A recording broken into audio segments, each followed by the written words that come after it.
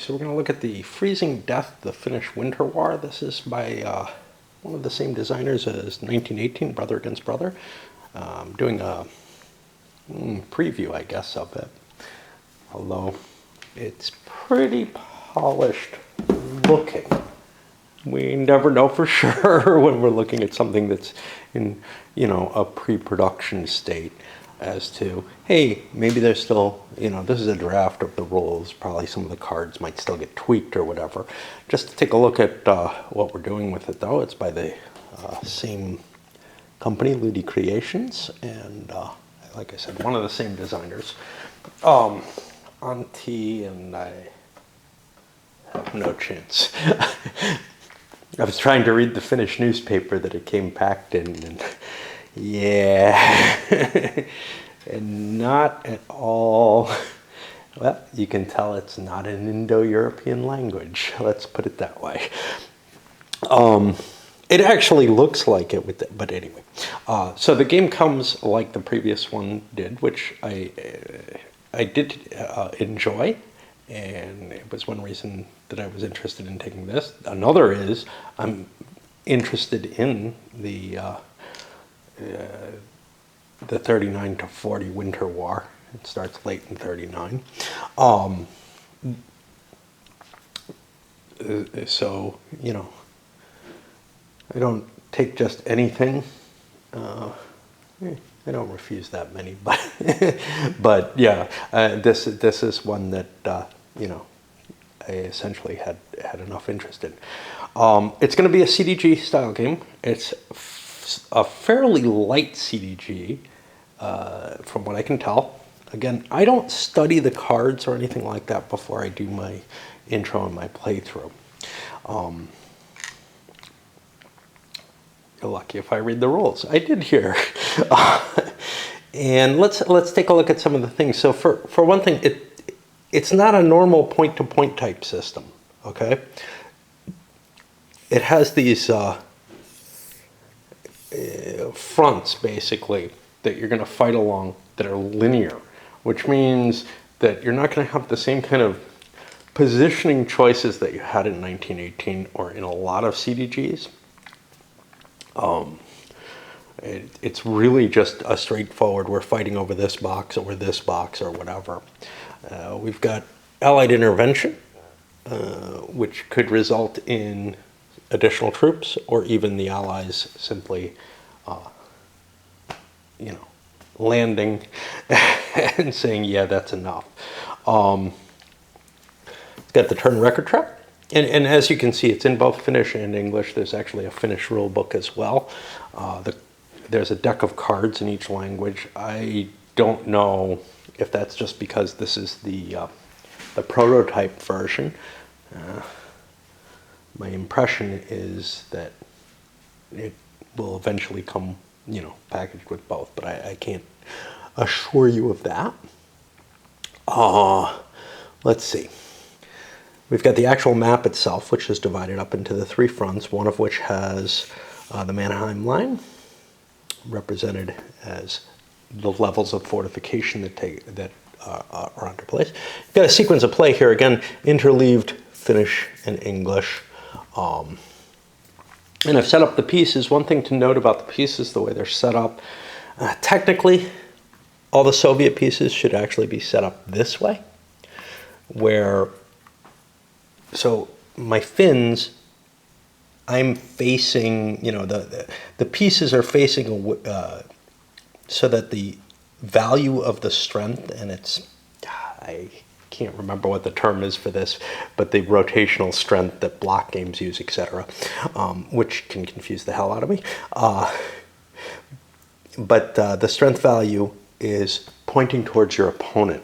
So, right now for solo play, which is what I'm going to do, of course, everything's facing right so that I can assess everything. But if I go over here and we were playing opposed, I would be sitting, say, on this side, and these would be this way. Actually, I'm just assuming that. I'm assuming that the Finns should be sitting to the south. I may be mistaken. Ruh-roh.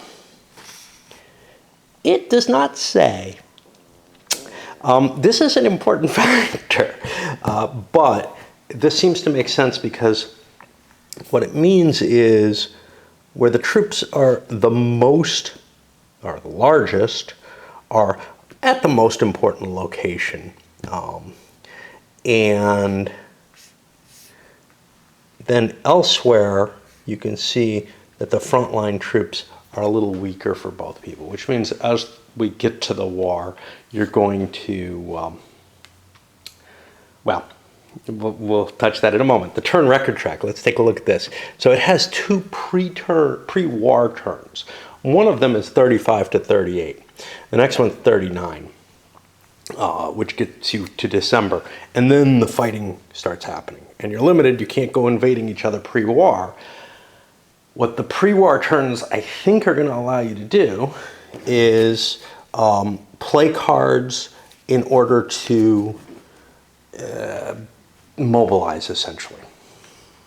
Now we'll see how balanced the cards are, points versus events.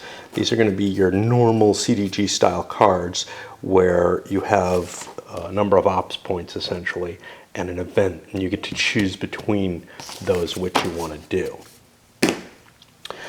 There's very limited number of actions that you can do with your ops points, though. Like I said, this is a very simple one. There's not a lot of maneuver available here, so let's, the decks. So as you can see, these have a year on them. Every turn in the game, contains its own additional cards, and you start with all your cards from that first turn. So you get to make some choices as to which cards you want to activate and which you don't. And obviously, since it's my first playing, I am probably going to make suboptimal choices in many cases. I'll probably favor the events because that's what I tend to do. And that might be good, but to some extent, you're going to want to use ops points, probably not to move your units too much, although you can do that within your own territory, but rather to build up units for the battle. But you may want to get them to the front line as well, which also costs. Okay, so anyway, this is the base setup.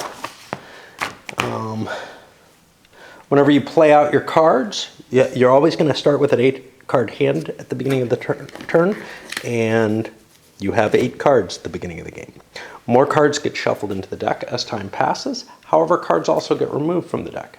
I hope that it's not the case that you can end up with not enough cards. I think that's unlikely, but let's see. So 3, 4, 5. So I shouldn't play more than 5 permanent discard cards. And I assume this is the Finns. Yeah, from the Finns. And maybe they have more than 5, in which case that would be unwise. Okay, so when they have an asterisk on them, they're cards that I can only play once for their event, and then they're removed from the game. Otherwise, if I play them for the ops, they go back in the deck. So you have a little bit of deck management here.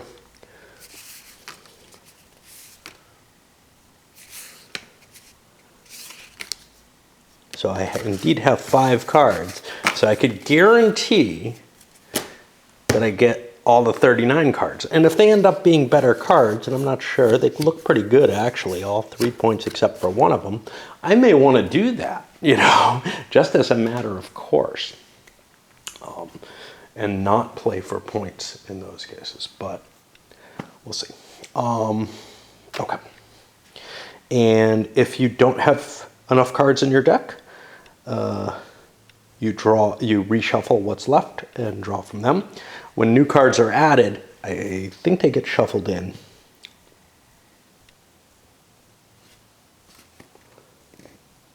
At the start of a new turn, the player draws cards that enter the game that turn. If there are less than 8 cards, then you start drawing from the draw deck. Yeah, so actually you automatically get all the cards for the turn. That's going to create a certain level of maybe scripting to the game, for good or ill. It means a little bit more predictability, but that might be better for a competitive game than one in which oh God, I really needed that card and it didn't come out. Yeah. And it still allows you to kind of explore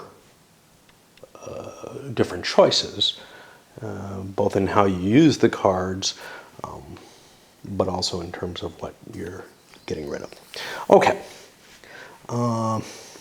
So, like I said, you can pay your cards for either ops points or for the event. If you play it for ops points, there's two things you can do with points. You can pick units and activate them, and then they're allowed to move and fight. No fighting during the first 2 turns, no moving into the enemy territory. Or you can spend a point in order to upgrade one of your units by 1 strength point that has room for that. You don't get reinforcements this way. They only come from the card's events. And there are plenty of additional units available, especially for the Soviets. There is a restriction. You can't spend points off a single card on a single unit to do both of those. So you can't reinforce a unit and attack with it. Okay. Movement itself is basically 1 square. You can go either forward or backward. And then, if you moved forward, or if you picked a unit and didn't move it, but it was with other units, it's active for attack, and you're able to go into the battle sequence. Now there's a stacking limitation, which is I think 4 pieces per space.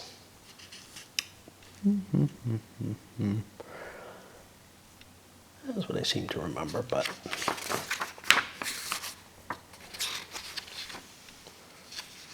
I'm not seeing it. Maybe it's here.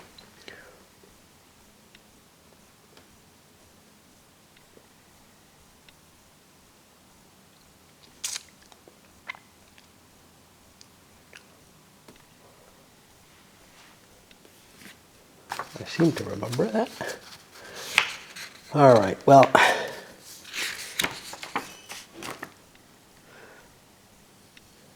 this is what happens when I don't just read the rules. Okay, we'll hold off on that. Okay, and you're not allowed to exchange from one front to the other until certain conditions have occurred. That's a little odd, but okay. Especially since there's tanks actually here, and they're not very good there. But maybe there's special rules for that, from a card or something. Okay, when you decide to make an attack on someone, it's a buckets of dice type system, like many of the block games are that rely on this type of strength point for units. And you're basically going to be rolling a number of dice equal to the strength of the force that you have. Infantry will hit on 6s, infantry and ski units. Armor will hit on 5s and 6s.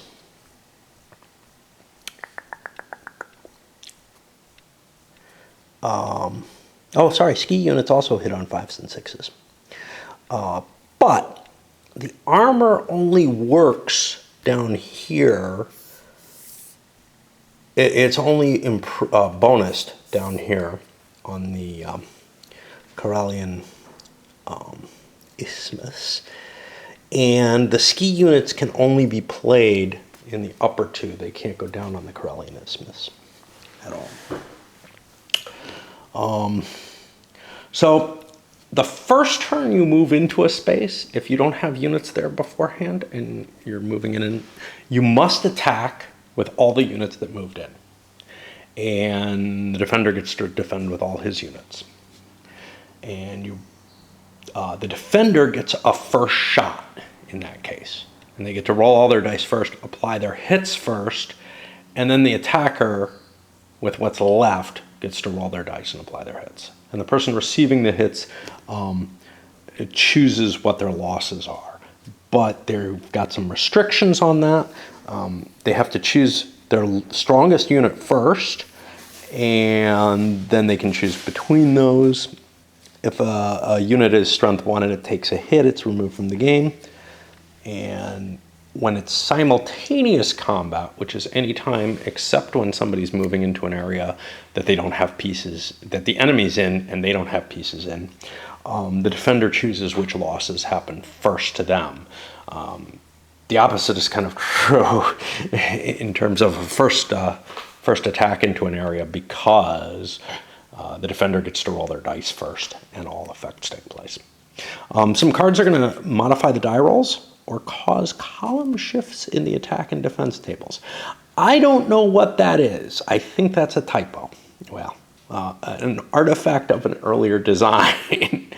I do not see any attack or defense tables in this game. You add up and you see how many hits you do, and then those losses are taken on the other side. Armored units that are up here or in the Mannerheim line space, if it's strong enough, only hit on 6s. But if they're down here, in general, they'll hit on 5s and 6s. And again, the ski units hit on 5s and 6s. Okay, the Mannerheim line. So it has 3 settings to it. First here, the defender gets +1 to all their die rolls. That's pretty good, actually. Especially since when you move in, you're going to be facing a decent number of dice rolling against you. It might not be worth defending this space. The second, they get to ignore the first die, the first hit as well that they take. Okay. And then finally on the third, that's what this image here is. It's saying that the tanks count as infantry for their attack rolls. And you each roll once on a given attack, apply the results. There's no retreats or anything like that. It's up to you to get your units out of there after they've gotten mauled. Reinforcements only come from units being added to the board. They have to be placed on your inner edge space, okay? They have to be placed as deep into your home country as possible. If you don't have stacking room for them, if the space is already occupied by 4 units, maybe that's the only place I remember. I thought it was somewhere else, though. You can't add units to that front. You might play a card for an event and not be able to get all your reinforcements because you've got too many units across the fronts. Then it's your duty, if you want those units up at the front, to move them forward. There is the concept of a front line, which is the one space on here that might have units from both players' pieces. You're not allowed to just, you couldn't be in here and then do a move into here. You have to clear the enemy from the space in order to advance. And of course, the units that you triggered, that you attacked with, well, the enemy has an option to move back in. So you can see that there's probably a lot of room for stalemates to happen in this game, as kind of historically happened. One thing that's not cleared here, though, I don't see anything about the Mannerheim line being negated ever.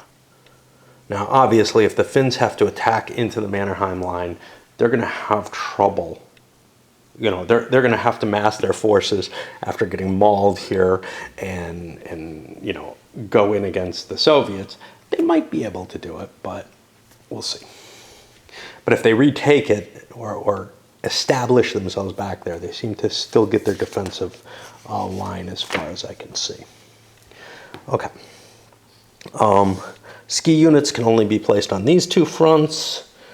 Armored units can be placed anywhere, but remember they don't work very well in the north. And each of the fronts has a different end state if the Soviets reach that end.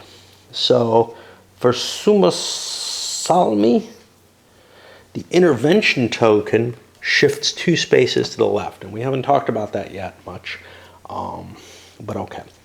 Basically, you're making it more difficult for the Western Allies to get materials and even possibly troops into the theater at all. If the Lagota Karelia front is conquered, Soviet Union units will be allowed to move from the left frontmost square of that front straight down to the leftmost square of the Karelian Isthmus front. So they can threaten Helsinki from this direction automatically. The Soviet player will also get a +1 to all attack rolls on the Karelian Isthmus because they've outflanked successfully. And if the Karelian Isthmus front is conquered, that's a Soviet victory. How do the Finns win? At the end of each turn, they're going to win off of reaching this box in the intervention track. At the end of each turn, after both players played all their cards, the Finnish player rolls a die and takes into account any modifiers, and if they get a 6 or more, the intervention token moves a space to the right. The values on there are going to be for victory points, as are the values under these spaces. When the token reaches Finland Sakarvar, we pretend we can pronounce that. The Finnish player gets those 2 units on any front of their choosing. Those are reinforcements, so they've got to be over here. And obviously the ski units can't be there. At least that's my guess. Doesn't say that they're reinforcements, but that's how I'm going to do it. If the intervention token reaches the rightmost square, the game will end in a Finnish victory. Okay, so you've got the ways for automatic victories here and here, nicely marked. But if that doesn't happen after the end of March, then neither player's gotten a complete victory. And what you do is you calculate the points below the leftmost square that has Soviet units in it on each front and add the intervention token's value to that.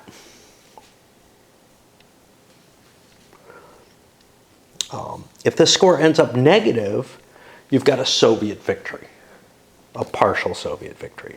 And Finland will take heavy territorial losses. Historical result.